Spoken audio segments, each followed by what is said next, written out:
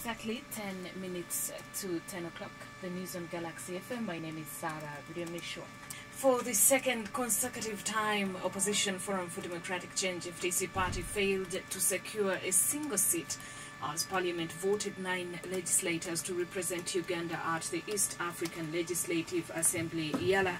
Both Uganda People's Congress UPC and the Democratic Party managed to retain 1 seat each, with the ruling NRM party using its numerical strength in Parliament to send all 6 legislators through.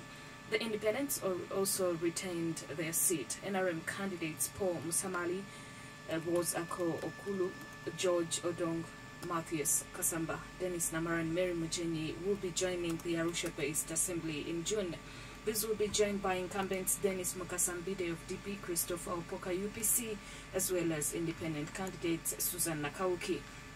In the results announced by the Speaker of Parliament, Rebecca Kadaga, last night, former Internal Affairs Minister Akol Okulu topped the list of 47 contestants with 370 votes, followed by former Kaputo County MP Matthias Kasamba, who garnered 359 votes, and Paul Samali, who got 350 votes. George Odong polled 346, and former Agriculture Minister Mary Mujenyi followed with 341 votes, while Dennis Namara got 329 votes.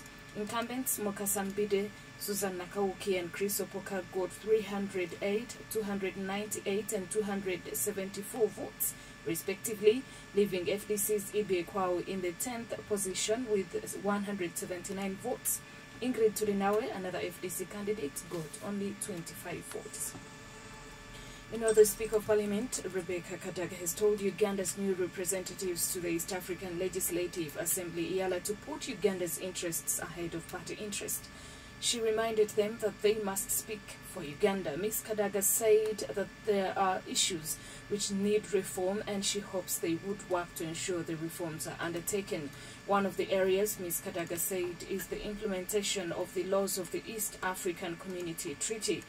Now, Kadaga was speaking just after announcing the 9 representatives of Uganda to speaking at the same event. The leader of opposition in Parliament, Winnie Chiza, commended the members of Parliament for voting. She thanked those who gave her candidates votes, especially those who voted Ibi Florence. Ms. Chiza added that Forum for Democratic Change has only 36 members of Parliament, and for a candidate of FDC to get 179 votes is not to be taken for granted.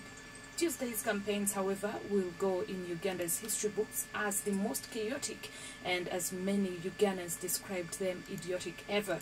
Ingrid Turinawe, the FDC candidate, will live to remember the campaigns after she was humiliated by MPs whose chaotic actions surpassed those of high school as kids.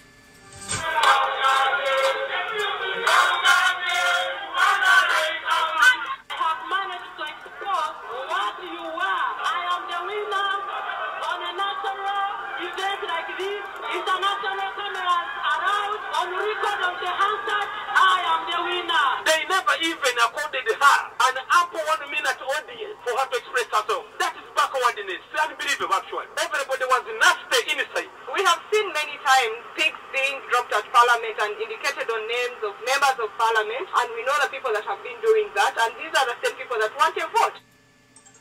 In business, in honor of women and specifically those engaged in small to medium business, MTN will be joining the rest of the world to celebrate the International Women's Day this year. As has been done for the last 4 years, MTN will again host the MTN Women in Business Awards 2017.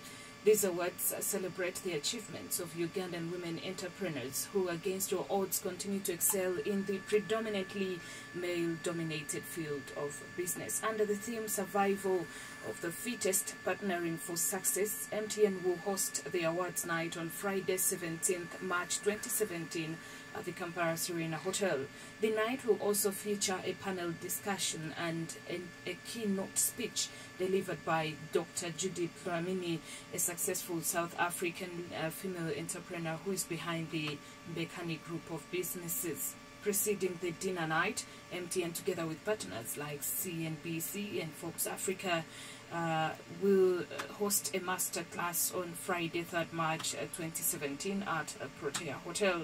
Speaking about this new feature in the awards season, the MTN Chief Marketing Officer, Mrs. Mapula Bodibe, commented that this day of education and networking seeks to further empower women with various skills in areas like financing, corporate governance, planning, marketing, among others.